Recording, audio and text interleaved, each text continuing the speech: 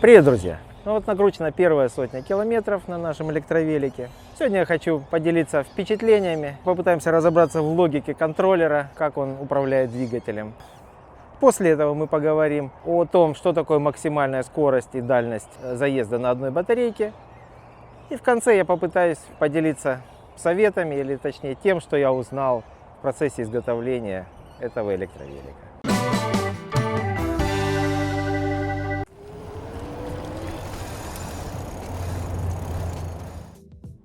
Самое главное впечатление, что при установке на велосипед мотора электрического он остается велосипедом. Он не превращается в мопед, не превращается в транспортное средство, доставляющее вас из точки А в точке Б. Он остается быть велосипедом, который помогает вам трогаться и помогает вам забираться на гору.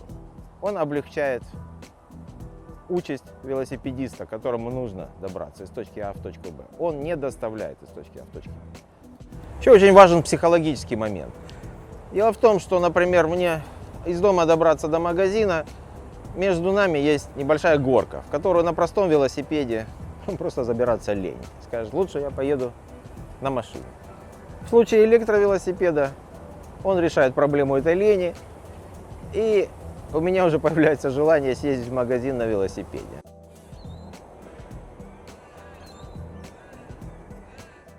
Итак, логика довольно простая. Да, нет. Крутить мотор или не крутить мотор?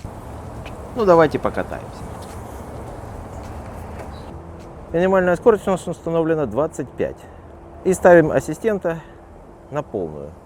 Пятерочка означает максимальную помощь от велосипеда мне.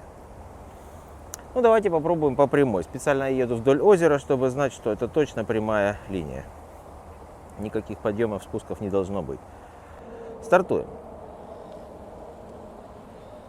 Как только я стартовал, он пытается мне помочь и включает полную мощность. Видите, справа циферка 400. 420, 430. При том, что двигатель у меня 350 Вт. Он пиковую дает мощность выше своего номинала. В таком режиме, если я кручу педали, он будет мне помогать до 25 км в час. Он где-то не докручивает мне 1-2 км в час, то есть позволяет мне докрутить их самому. То есть вот он держит 23 км. Если я добавлю ногами мощности, то 9 Вт это как на холостом ходу. Он работает. Вот мы перешли 25, потому что ногами я накручиваю очень сильно. Вот, если опуститься до 23, но продолжать крутить педали, он начинает мне помогать. Вот его вся логика. Он либо включает, либо выключает. Нет такого, чтобы он прислушивался к моим педалям, насколько быстро я их кручу, и от этого включал разную скорость. Во-первых, по педалям он понять меня не сможет, поскольку он не знает, какая звездочка у меня включена. Я могу быстро крутить, не напрягаясь, и медленно крутить, напрягаясь. Вот вся логика. 23 км в час. Он чуть-чуть мне помогает и дает 2 км догнать самому. Вот опять я стартую. Он включает полную мощность, помогает мне, доводит до 23.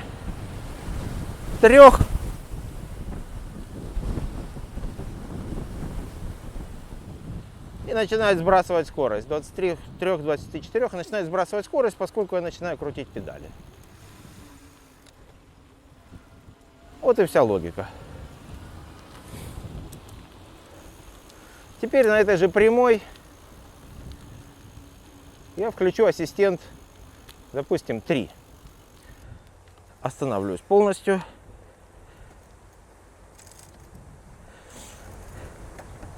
Начинаем. Он помогает мне уже не настолько яро. Видите, вместо 450, которые он ватт давал мне, сейчас он врубил 160, да, 150. Тоже догнал до 23. То есть получается, что он не настолько резко мне помогает, но доводит до той же цифры 23. Вот я сейчас переключу звездочку. И теперь я кручу педали очень-очень легко. То есть ногами я ему не помогаю, только кручу для того, чтобы он понимал, что надо ехать. Вот он включает, но не больше 150. И дальше не идет. Я добавляю ассистента, на пятерочку ставлю. Уйдем сейчас до меньше 23. Он включает полную мощность и догоняет до 23. Теперь поставим ассистента в единичку. Начинаю движение. Смотрим, как он реагирует. Даже для начала он дает мне не больше 50.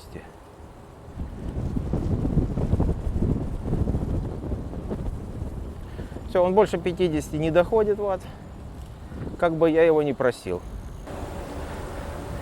Обратите внимание, скорость небольшая, но он не пытается поднять ее до указанной максимальной. То есть в режиме ассистента 1 он не поднимает мощность больше, чем 55. И ему, скажем так, наплевать на нашу скорость. Вот опять 19 км в час. Я кручу педали еле-еле. Он догоняет до 55 ватт. Больше не добавляет скорости. Теперь ставлю на двоечку.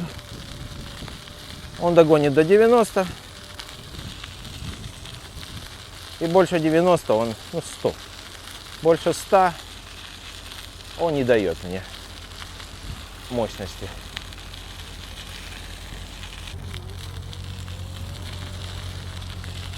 На четверке он догоняет до 250.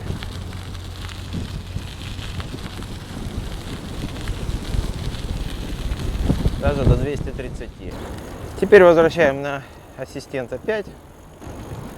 И видим, что он снимает полностью все ограничения по мощности и включает максимальную. Причем заходит за номинальную мощность 350 ватт этого двигателя и дает ему аж 450. Вот сейчас я буду совсем медленно крутить.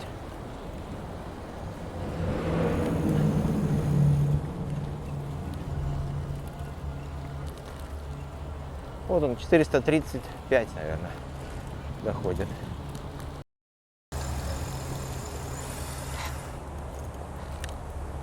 Так, ну давайте теперь разберемся с максимальной скоростью. Что такое характеристика максимальная скорость?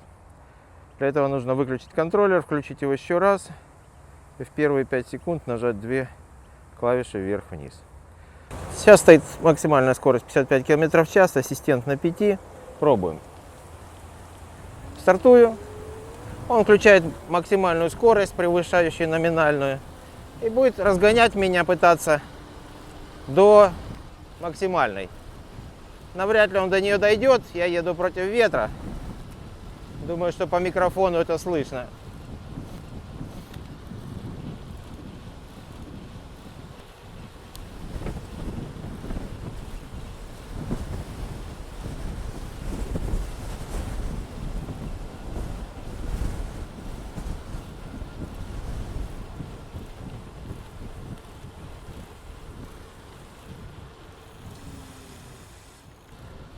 Вот думаю, что до 35 км в час можно дотянуть. Если напрягаться самому, и двигатель работает почти на полной мощности.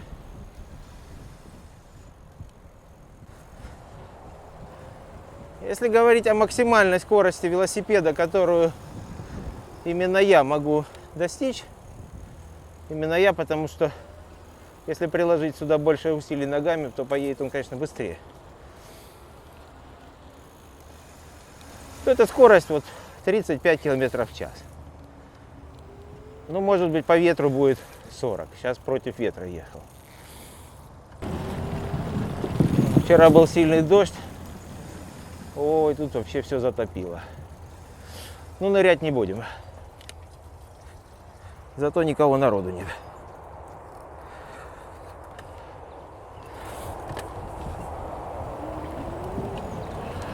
Ну, что хочу сказать. Максимальная скорость, если она превышает вашу комфортную скорость, она не нужна. Прямая дорога, нет пешеходов, нет резких поворотов. Можно поставить 35 и быстро доехать, скажем, до работы из точки А в точку Б. Если же у вас дорога не прямая, есть пешеходы, есть препятствия, которые нужно постоянно объезжать и останавливаться, то смысла максимальную скорость высокую ставить нет. Дело в том, что велосипед мгновенно будет пытаться разогнать, и вам нужно постоянно тормозить. Разогнал, затормозил. Разгон идет на 400 ватт. Торможение сжигает вам. При торможении сгорают колодки. Поэтому смысла большого в высокой максимальной скорости нет. Но самое главное, что нужно понимать, максимальная скорость — это не что-то ограниченное. Максимальная скорость — это скорость, до которой велосипед вам будет помогать разгоняться, ехать на гору и так далее. После этой скорости велосипед полностью в вашем распоряжении. Можете его разгонять выше. Давайте вернем максимальную скорость на 25. Опять выключаем, включаем. В первые 5 секунд держим две кнопки и ставим на 25. Это отличная скорость. Удобная. Надо больше, крути педали больше. Надо меньше. Он легко это поймет и не будет тратить мощность двигателя впустую. Вот опять он включил 400, разогнал до 23, и остальные 2 километра дает мне возможность нагнать самому. Если уж я не хочу и начну крутить педали почти в холостую, вот сейчас буду, вот кручу педали только так, чтобы он понимал, что нужно разгонять. Вот он будет потихоньку разгонять до 23, все равно после 23 он не хочет мне особенно помогать. Ну, помогает, но уже не так явно. Ну, мы с вами определились, максимальная скорость — это не что-то ограничивающее вас в возможностях. Это скорость, до которой велосипед пытается вам помогать. Дальше велосипед в вашем распоряжении. Высокая максимальная скорость, установленная на контроллере, довольно неприятная характеристика. Дело в том, что он будет помогать вам как можно развить скорость, но он не видит, что впереди, например, идет пешеход, и вам тут же надо тормозить. То есть, если вы едете в стартопном режиме, начал движение, остановился, заповернул, остановился, объехал кого-то, кочку или человека, то в этом случае будет ресурсы тратиться впустую. И тормоза, и батарейка. К сожалению, быстро переключить максимальную скорость невозможно. Для этого нужно выключать контроллер, включать его заново и заходить в характеристики, в настройки. Но с помощью уровня помощи, с помощью уровня ассистента можно каким-то образом ограничивать мощность и экономить батарейку, так сказать, и дать понять велосипеду, что сейчас мы едем не по прямой ровной трассе, а что мы едем, скажем, по парку, и тут будут ходить люди, которых нужно объезжать. Так, ну вот начинается затяжная горка. Давайте проверим, как он себя ведет на горке. Скорость у нас установлена 25. Он разгоняет. Я ему помогаю. Я педали кручу не особенно сильно. Давай ему возможность самому поднять меня наверх. Батарейка немножко проседает. Но, в принципе, едет без проблем.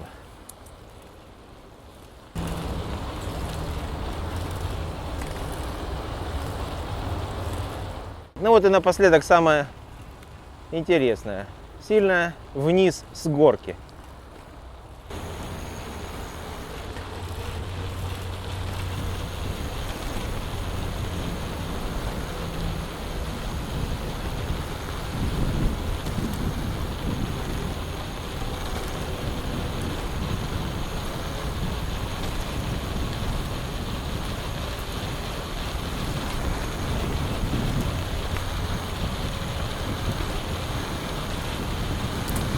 Ну вот до 45 он разогнался с горки.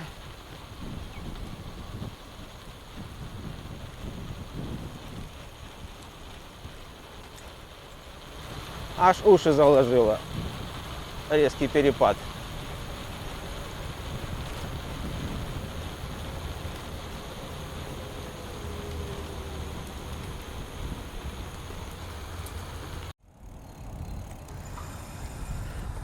И напоследок, самый важный тест. Я полностью выключаю двигатель. Поскольку велосипед строится для путешествий, представим, что у нас нет возможности зарядить батарейку, она села. Это именно тот случай, когда нам теперь понадобятся звездочки. Все эти тесты я делал на самой высокой передаче. Теперь мы будем пользоваться велосипедом, как обычным велосипедом. Поэтому я встал немножко на горке. Запускаем. Ставлю переднюю на среднюю звездочку, на двоечку. Здесь ставим на, скажем, на семерочку. Ну и попробуем ехать, да еще и против ветра. Ну, едется тяжелее, чем на простом велосипеде.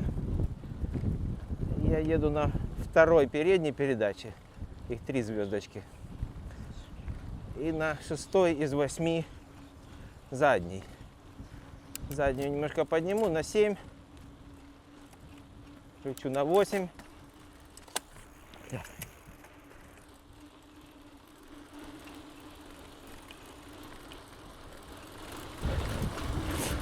Перескочу на большую звездочку переднюю. Сейчас скорости 3 и задняя 6. Ну, то есть едется как на обычном велосипеде, который не спортивный, тяжелый. Но в этом огромное преимущество электровелика. Не имея электричества, вы все равно можете на нем двигаться. На каком-нибудь скутере или boosted boat или что-нибудь еще, там уже такой возможности не будет. Нет электричества, иди пешком и тащи с собой аппарат. Вот еще один интересный тест. Вот я еду, кручу педали без электричества, просто включу двигатель, как он поймет. Он мгновенно начинает мне помогать, но скорость еще не показывает. И вот стал показывать скорость. Ему нужно какое-то время, наверное, чтобы ее как-то усреднить. Ставлю на 4-й ассистент. В принципе, я нашел, что 4-й ассистент самый лучший. Он ограничивает мощность, как я говорил, по-моему, 230. Хотя у меня двигатель 350. Но, скорее всего, он по процентам ее ограничивает. При этом нет расхода батарейки впустую, когда нужно часто тормозить.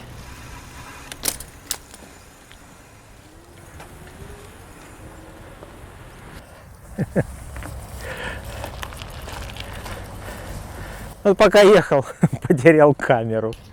Отпала камера, смотрю, изображения нету. Представляете, попросту крепеж взял и переломился на куске пластмассы. Ну, Китай дело тонкое, видите, а там, где тонко, там и ломается. Ну хорошо, хоть нашел. А то рассказывал, снимал, а показать будет нечего, обидно. Ну давайте теперь обсудим дальность хода этого вида транспорта. Ну, во-первых, сама по себе дальность не на одном заряде батарейки, а просто дальность путешествия, как мы видим, не ограничена, поскольку электровелосипед может ехать и от человеческой тяги. Что касается пробега на одном заряде батареи, то это очень субъективная цифра. Дело в том, что, как мы уже с вами разобрались, велосипед и человек – интегрированная система, одно целое. И в зависимости от того, сколько вы прилагаете усилий, от этого будет зависеть характеристика дальности проезда. Но пока что видно, если не использовать силу ног, а ехать только от электричества, то пробег будет небольшим.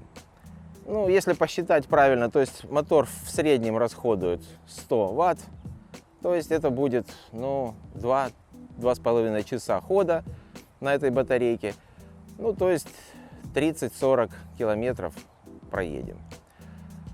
Я думаю, что если не пользоваться пятерочкой на ассистенте, а пользоваться от единички. Ну, единичкой тоже, наверное, тяжело. Только если длинная трасса, то можно включать единицу и ехать, крутить педали, не напрягаясь самому. Если не доходить выше 4, то хватит надолго.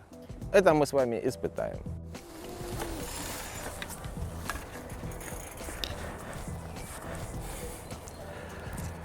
Ну и напоследок пару слов о сборке и выборе компонентов.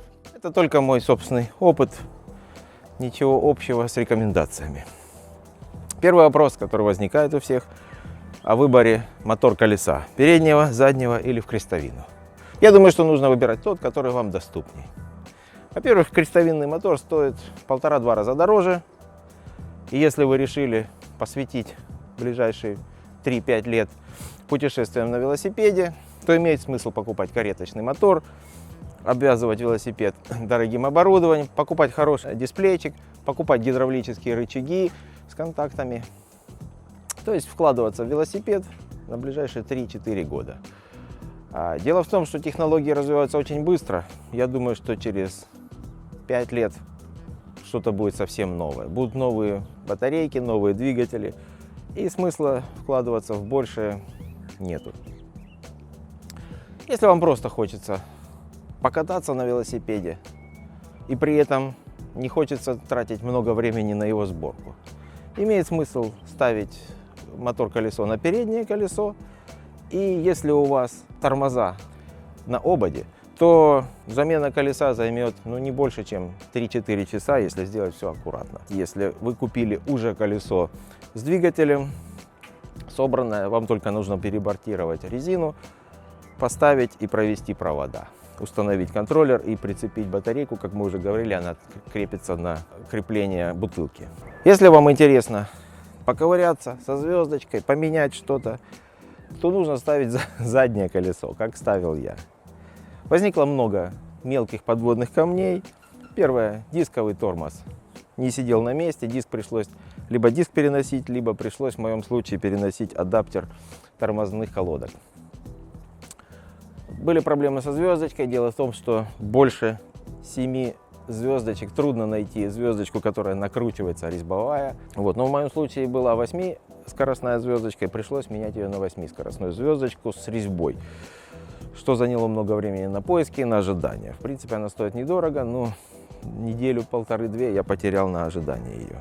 Что касается звездочек самих, когда я еду на электродвигателе, я звездочной системой практически не пользуюсь. Передачи я переключаю только 3 самых верхних. В принципе, стартовать с самой верхней не проблема.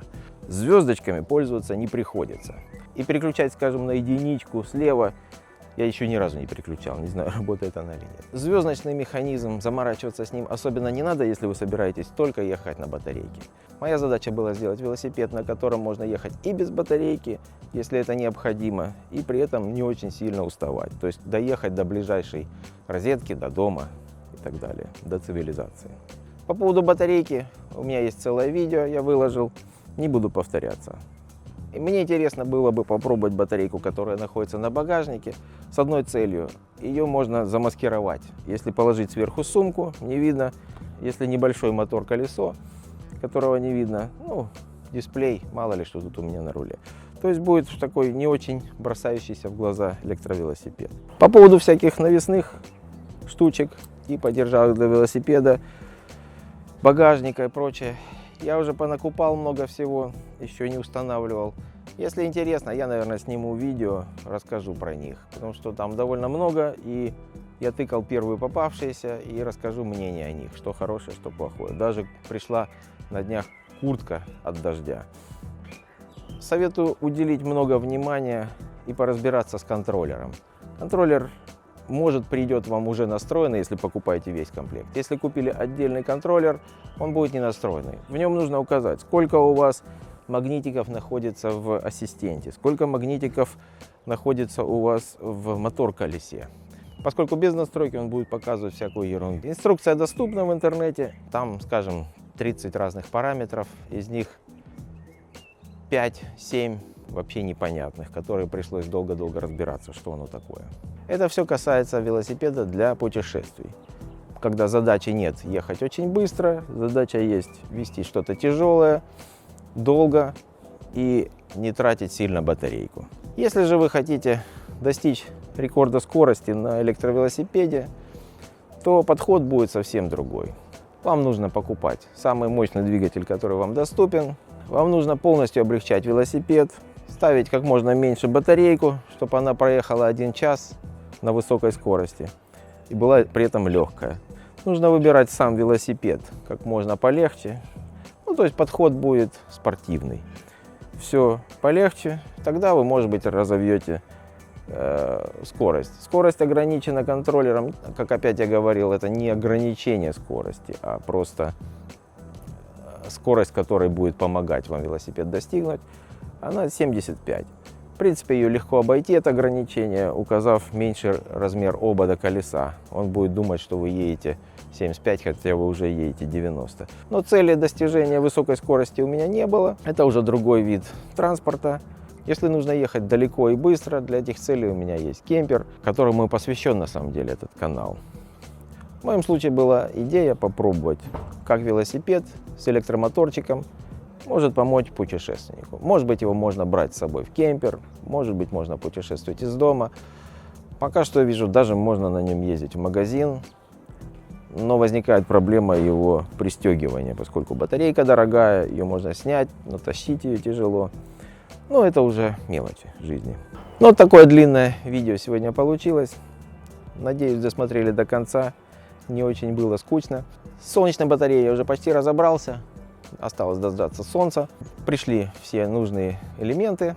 Попробуем зарядить велосипед от солнца и полностью разобраться с этой темой. Ну а на сегодня это все. Увидимся в следующий раз. До встречи на дорогах. Пока.